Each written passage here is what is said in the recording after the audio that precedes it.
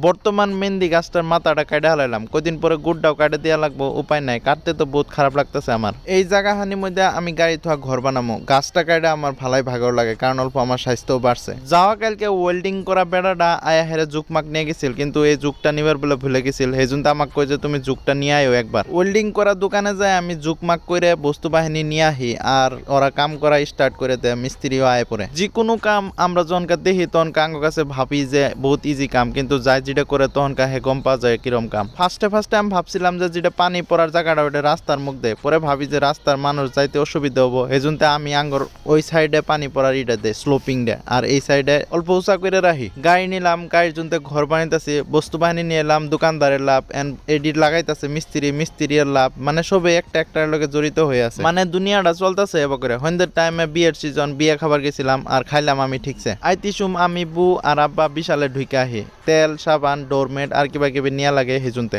আজকের mini blog Inui শেষ করে, ঠান্ডার দিন সবাই কম্বল গতর দেখুমেন গিয়া।